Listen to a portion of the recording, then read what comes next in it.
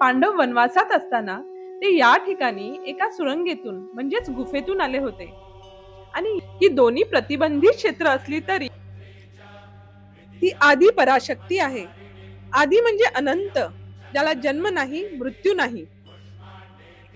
आणि आज मी आले आहे एका ऐतिहासिक वारसा लाभलेल्या धबधब्याच्या शहरात. होय, खारघर शहरात.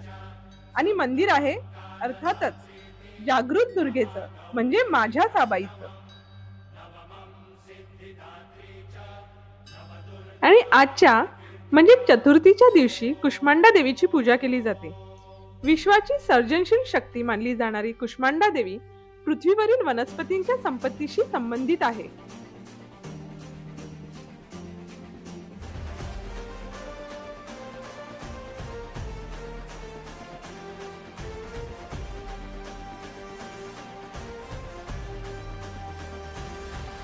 आत प्रवेश करताच गाभाऱ्यात बसलेली साबाईची अगदी प्रसन्न मूर्ती आपल्याकडेच पाहताना भासते. देवीचा चांदीचा मुखवटा आणि डोक्यावरचा सोन्याचा मुकुट तिची प्रेमळ मुद्रा लपू शकत नाही.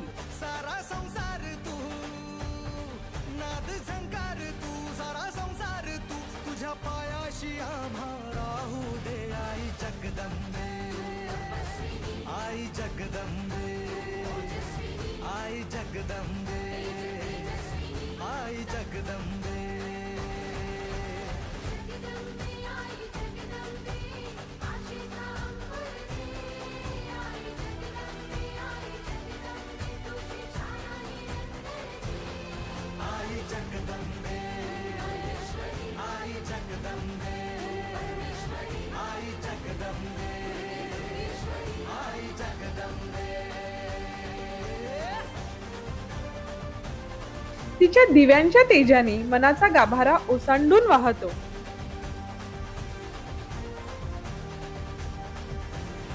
घाट घालू किती वाट पाहू किती लाट मायेची होऊ नये कणा कणात तू मना. एका लोककथेनुसार पांडव वनवासात असताना ते या ठिकाणी एका सुरंगेतून म्हणजेच गुफेतून आले होते.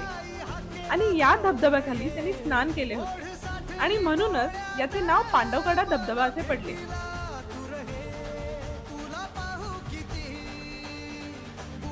हा धबधबा आणि तिथली गुफा ही दोन्ही प्रतिबंधित क्षेत्र असली तरी साबाई मातेचे मंदिर मात्र भक्तांसाठी नेहमी खुले असते.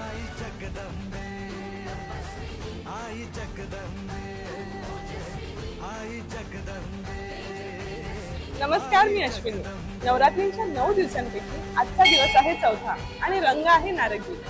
नवरात्रीच्या या निमित्ताने माझ्यासोबत आहेत एक गुरु, प्रोफेसर शुभांगी पाटील.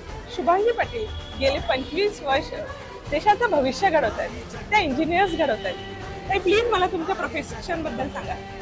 नमस्कार, मी शुभांगी पाटील. अश्विनी, अगदी बरोबर बोललीस.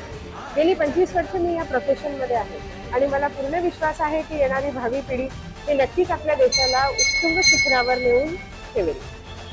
Thank you so much.